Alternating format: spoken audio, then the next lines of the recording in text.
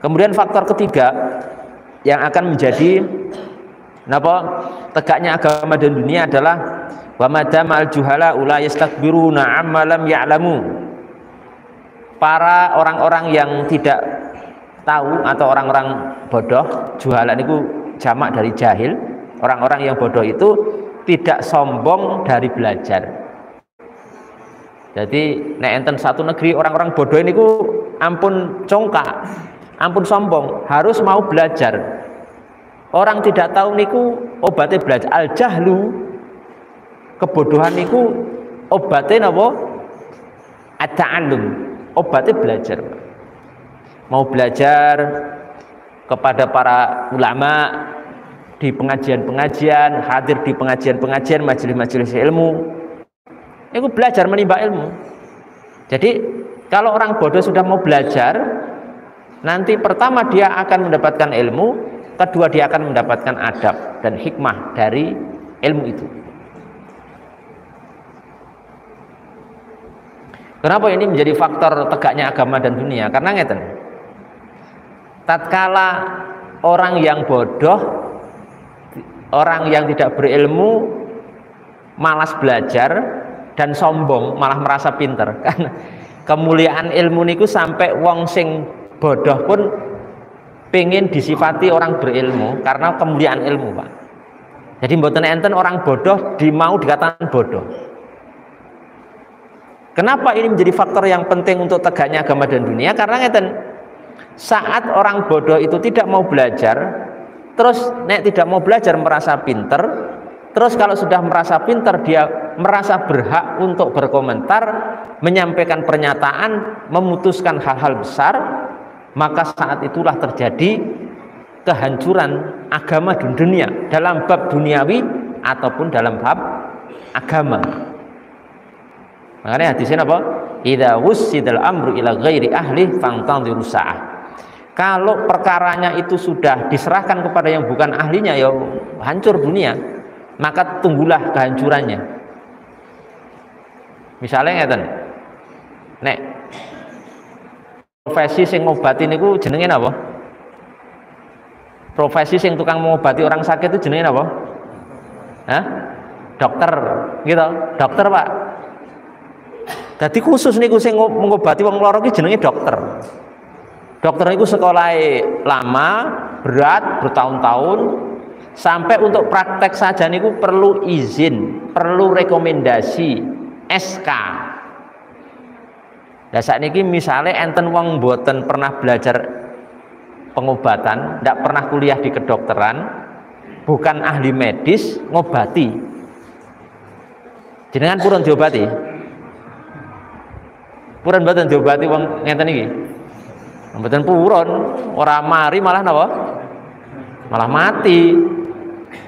Jenengan purun dioperasi karo tanggane jenengan, kene tak operasine rasanya rumah sakit. Operasi kene wae.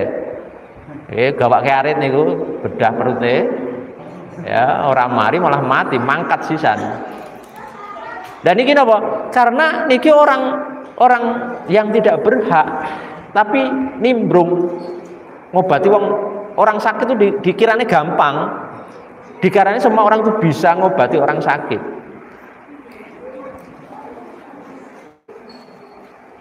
Ada sebuah hadis sebutkan bahwasanya nanti di zaman, satu masa, satu waktu di akhir zaman akan muncul sanawat khadda'at, akan muncul ada tahun-tahun penipuan yang di zaman itu orang bodoh malah dikatakan pinter, orang pinter dikatakan bodoh. Di masa itu orang yang amanah dikatakan pengkhianat, yang pengkhianat malah dikatakan amanah. Seterusnya.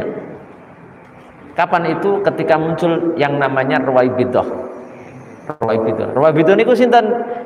Kata para sahabat bertanya pada Rasul, dijawab rajulun tafih yatakallamu fi amril ammah. Orang bodoh yang berbicara urusan besar yang menyangkut orang banyak. Nek pun ngeten maka dunia dan agama akan rusak. Aslinya Bapak Ibu sekalian, Sing marai dunia rusak niku nggih ngeten-ngeten iki. Misale Menteri Kesehatan diangkat, lah senes dokter kok jadi Menteri Kesehatan, gitu. Menteri Pendidikan, gitu. Tapi tidak pernah punya basic pendidikan. Basicnya apa? Perojolan. Ya rusak Pak. Rusak ya tadi itu.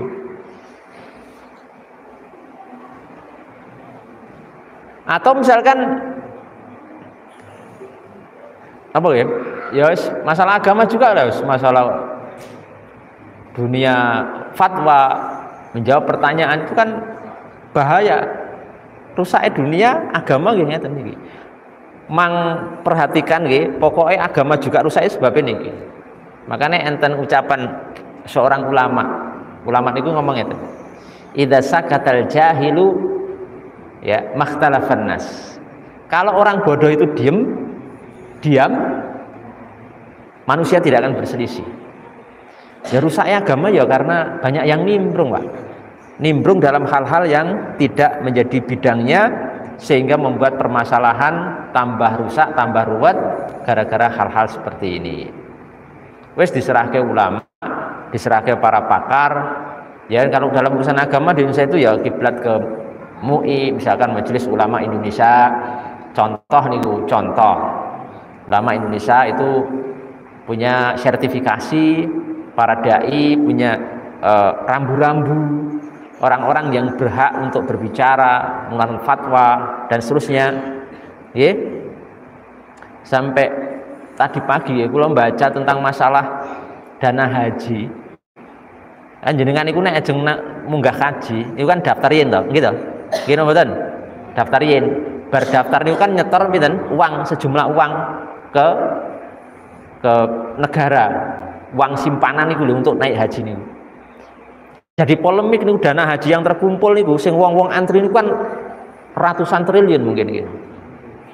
Nah itu kemudian dana haji yang tertampung itu yang sekian besarnya, boleh ndak itu diputar, boleh ndak kemudian dikembangkan. Terus hasilnya niku untuk ini yang tidak ada hubungannya dengan jamaah haji.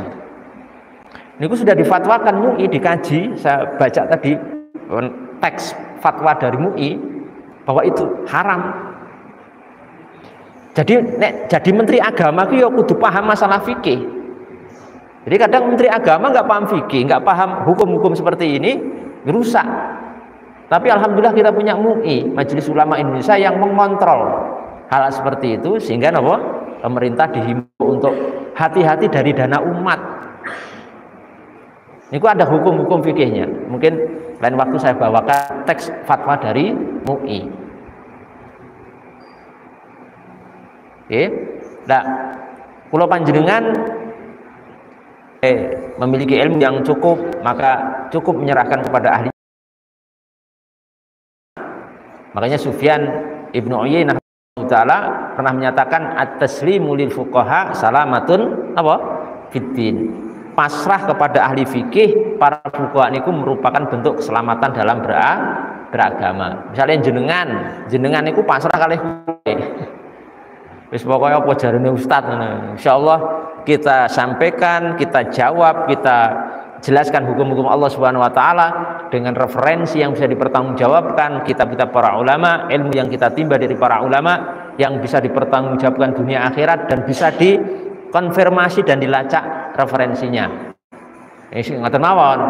Nah, itu cara bodone seperti itu. Selesai permasalahan.